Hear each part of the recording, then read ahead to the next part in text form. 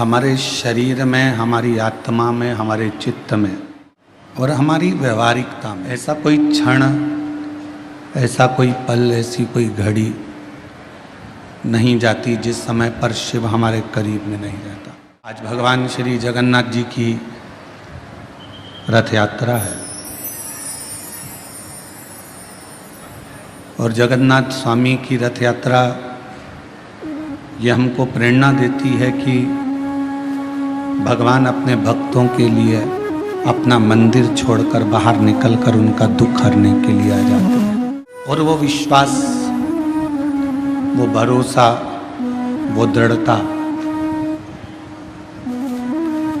हर एक जीव में होना चाहिए। जितना जितना भरोसा, जितनी जितनी दृढ़ता, जितना जितना विश्वास आपका परमात्मा के प्रति बढ़ता चले जाता है, उतना परमात्मा को आपके दरवाजे पर आपका दुख मिटाने के लिए आना ही पड़ता है। पर कई बार देखा जाता है कि वो भरोसा, वो विश्वास कुछ देर तो रहता है पर कुछ देर के बाद डिग जाता है। एक बार शिव महापुराण की कथा में आपको एक बात कही थी कि घर में फर्नीचर कम होगा, चल जाएगा, घर में फर्नीचर कम रहेगा, चलेगा, पर आपका नेचर संसार में कम नहीं होना चाहिए, वो नहीं चलेगा।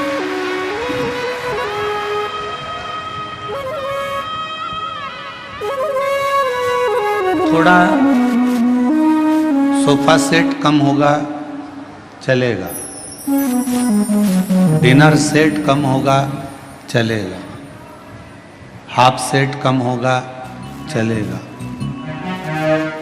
फुल सेट कम होगा, चलेगा, पर आदमी अपसेट नहीं होना चाहिए। मालूम पड़े कि उसकी जिंदगी में वो अपने धन है, वैभव है, संपदा है, सत्ता है, सब कुछ है और व्यक्ति अपसेट है, तो क्या?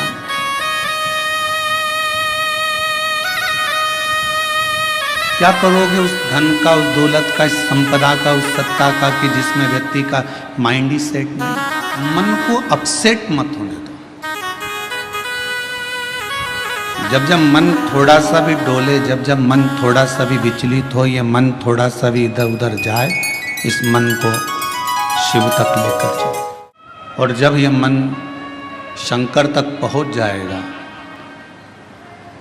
कि मैंने तेरे ही भरोसे बाबा, तेरे ही भरोसे हमारी उड़ती जावांगी। अगर मन स्थिर नहीं है, मन सेट नहीं है, तो फिर परमात्मा भी करीब में नहीं है। 5 कर्मेंद्री, 5 ज्ञानेंद्री, ये 10 जो इंद्रियां हैं, ये कैसे भी संयम में आ सकती है।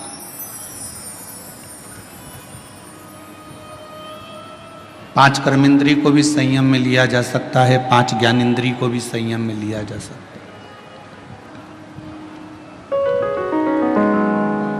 10 इंद्रियों को संयम में लेना सरल है, पर 11वें नंबर की जो इंद्री है मन, इसको संयम में लेना कठिन है।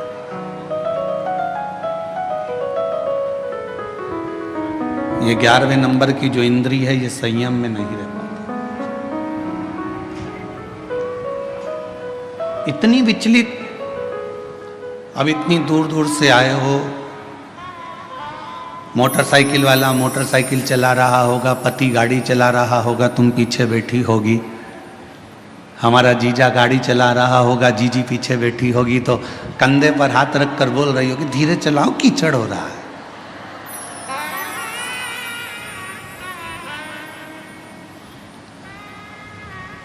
देखो देखो सामने से वो स्पीड ब्रेकर आया है, थोड़ा धीमा कर लो। पति बोला 15 साल से मैं गाड़ी चला रहा हूं और तुझे गाड़ी पर ले लेकर गया हूं, तू फिर भी मुझ पर शंका करती है। पत्नी बोली मेरे जब शादी कर कर आई थी 15 साल पहले, तुम मुझे गाड़ी पर लेकर गए थे, 3 जगह गटर में पटका था। एक बार चोट खाई हूं, उस दिन से मुझे भय लगा रहता है कि तुम कहां पटक दो, तुम्हारा भरोसा नहीं।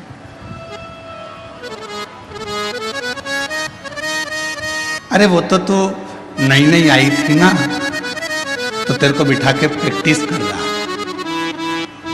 अच्छा। फिर गाड़ी आगे चली, तुमने फिर कहा देखो कथा में जाना है, सामने कीचड़ है, थोड़ा सावधानी से, पानी फिसल जाए। ड्राइवर गाड़ी चला रहा है, तुम बाजू में बैठी हो और फिर कह रही हो ए भाई थोड़ा होले होले चला, थोड़ा धीरे धीरे चला। और अगर कहीं जाना है, बहुत जरूरी काम है, तो लो कर थोड़ा तेज चला, लो कर थोड़ा चलाते। पर तुम कह रही हो कि थोड़ा आराम से चलो, देखकर चलो, सावधानी से चलो, उस ड्राइवर को तुम साध रही हो। पति गाड़ी चला रहा है तो तुम बार बार बोल रही हो थोड़ा धीमे चलाओ, साध रही हो। शिव पुराण यही कहती है 5 कर्मेंद्री 5 ज्ञानेंद्री ये संयम में हो सकती है, पर ये मन रूपी जो इंद्री है ना, इसको हर आधे या 1 घंटे में बोलना पड़ता है, थोड़ा संयम में रहे। कथा में बैठे हो, मन कोई निकल कर गया, तुम्हारा मन फिर वहाँ चले जाएगा। किसी ने उधर से आवाज़ लगाई, तुम उधर देखने लगोगे। कोई चिल्लाया, तुमने उधर देखा। किसी ने कुछ बोला, तुमने उधर देखा। मन को फिर खींचा, कथा में लग जा, आराम से, ध्यान से। गाड़ी वाले को जैसे बार बार बोलती हो, वैसे अपने मन को भी थोड़ा संयम करने का प्रयास करो। 3 घंटे की कथा में, ये कथा में मन लग जाए।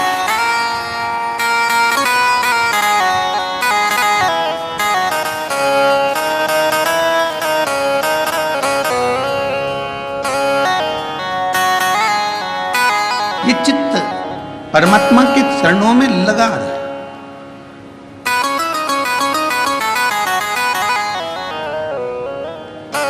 कल एक बहन जी ने प्रश्न लिखकर भेजा था, पत्र हम लेकर नहीं आए। उसमें उन्होंने एक पत्र में प्रश्न किया था कि सावन में जो सोमवार होते हैं, सावन में जो शिवरात्रि आती है, आप 12 महीने की शिवरात्रि पर ऑनलाइन पूजन नहीं कराते, केवल श्रावण महीने की शिवरात्रि पर ऑनलाइन पूजन कराते हो। ऐसा सावन की शिवरात्रि में या सावन के सोमवार में ऐसा क्या रहता है?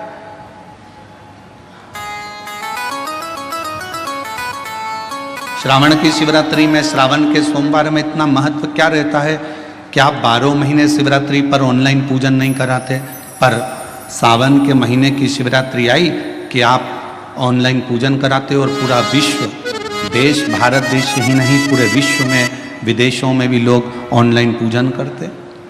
आखिर क्या रहता है? मेरा मेरी जीजी से, मेरी बहन से निवेदन है, तुम दुनिया के साल भर में कितने भी व्रत कर लो, तुम कितने भी उपास कर लो, तुम कितनी भी पूजन कर लो, तुम कितना भी अनुष्ठान कर लो, सारे व्रतों पर, सारे अनुष्ठानों पर, सारी पूजन पर, सावन के महीने के जो सोमवार होते हैं, जो शिवरात्रि होती है, जो प्रदोष होती है, ये पूरे साल के व्रतों पर प्रबलता प्रदान करते हैं, बल देते रहते हैं। पर निवेदन है, सावन के सोमवार का व्रत करो, पर ऐसा व्रत मत करना कि तुम्हारे व्रत करने से परमात्मा को भी टेंशन हो जाए। कई माताएं व्रत कर लेती हैं, मेरा सावन का महीने में व्रत है, पूरा 1 महीना व्रत करूंगी, 1 लौंग खाऊंगी, 1 गिलास दूध लूंगी, इसके सिवाय कुछ नहीं लूंगी, 1 फल खाऊंगी, इसके सिवाय कुछ नहीं। बहू बेचारी बोल रही मम्मी शुगर ऊपर नीचे हो जाएगी, तुम्हारा बीपी ऊंचा नीचा हो जाएगा, तुम तो खाओ पियो। अब आपको पूरे महीने भगवान शंकर की आराधना भी करना है, पूजन भी करना है, अर्चना भी करना है, जाप भी करना है, कथा भी सुनना है, मंदिर भी जाना है, और मालूम पड़ा ऊपर से तुम बीमार पड़ गए। बीमार पड़ गए तो क्या मंदिर जा पाओगे? जम के तो बोलो नहीं। आराधना कर पाओगे? बैठ कर भजन कर पाओगे? कथा सुन पाओगे नहीं। इसलिए व्रत ऐसा करना जिस व्रत में तुमको भी टेंशन नहीं, तुम्हारे परिवार को भी टेंशन नहीं, और भगवान शंकर को भी टेंशन नहीं, किसी को चिंता नहीं। तुम्हारे व्रत करने से किसी को परेशानी नहीं। मालूम पड़े तुम भोजन का त्याग कर दो, इसका त्याग कर दो, उसका त्याग कर दो, सब चीज़ों का त्याग कर दो और बीमार पड़ जाओ, तो शिव महापुराण की कथा कहती है ऐसा ऐसा तप, ऐसी साधना किसी का नहीं। तुमरुका जी जब कथा कहने के लिए बैठे, चंचुला देवी ने तुमरुका जी से एक प्रश्न किया कि कथा सुनने का नियम क्या है। गीता प्रेस गोरखपुर की शिव महापुराण की कथा लेकर आना, उसमें पढ़ना शिव महापुराण कथा महत्तम।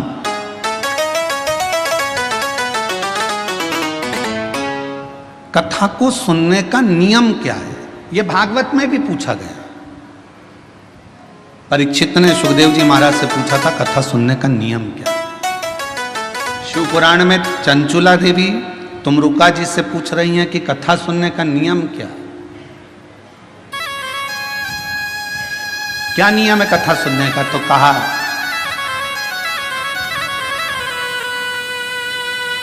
एक समय फलहार करो, शिव महापुराण की कथा को श्रवण करो,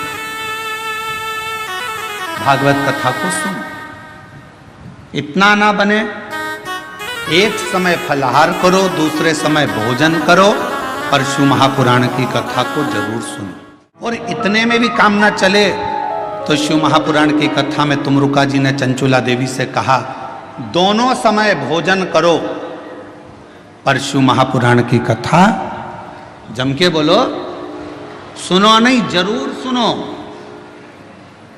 और यहां तक कहा यदि इतने में भी काम ना चले, दोनों समय भोजन में भी काम ना चले, तो टिफिन लेके कथा में चलो, पर शिव महापुराण की कथा जरूर सुनो। जैसे लोगों की आदत रहती है ना, वो जेब में रखा रहता है, और जैसे ही कथा में उसकी तो आदत हर एक घंटे में उसको खाना है मल, अब उसकी तो आदत में रहता है, तो कथा में बैठे बैठे विचार करता रहता है बस जल्दी से महाराज जी भजन गाए। अब उसको क्या मालूम कि ये शिव पुराण की कथा में इसमें तो एक भजन भी आ जाए तो बड़ा मुश्किल है। फिर वो जेब में से एक भजन आएगा, जब वो निकालेगा, मलेगा, जैसे महाराज जी भजन गाएंगे फटकी मारेगा, और जैसे ही महाराज जी कहेंगे हारा हारा, उतनी देर में तो उसने निपटा गया। दवा दुबू के इतनी शांति से बैठा, पड़ोसन को भी लग रहा है कितना अच्छा व्यक्ति है, आवाज तक नहीं आ रही है, उसको क्या मालूम मुंह में फंसा पड़ा है आवाज। अब ये तो शंकर जी जाने और वो जाने। उसकी पत्नी जानती थी तो उसने तुरंत कह दिया खा लिया, झूठ बोल रहे, खाओ मेरी कसम, कथा चली रही है और दोनों एक दूसरे की कसम खा मेरी कसम।